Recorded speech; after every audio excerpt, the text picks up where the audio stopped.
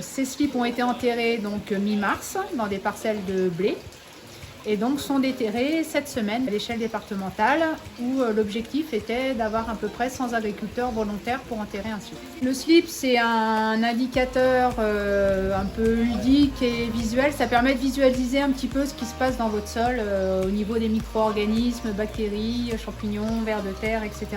Parce que souvent ces micro-organismes-là, ils ne sont pas visibles à l'œil nu. Donc ça permet d'avoir un petit peu une image de ce qui peut se passer dans le sol.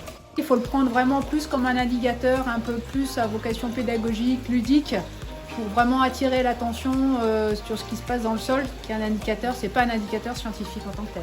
C'est une autre chose, ça permet de voir l'état de nos sols, voir la vie qu'il y a dans notre sol, voir comment notre sol travaille, s'il est actif ou pas. Et justement voir, suivant les résultats des slips, s'il y a des choses à faire, des choses à améliorer.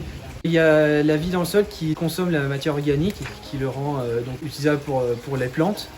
Et s'il n'est pas dégradé, ça veut dire qu'il faut regarder pourquoi les antécédents des cultures, enfin de la parcelle, pardon, voir les différentes cultures, voir ce qui s'est passé avant, si c'est en labour, non labour, vraiment chercher pourquoi il est dans cet état-là et du coup qu'est-ce qu'on peut faire pour rendre la vie du sol plus active.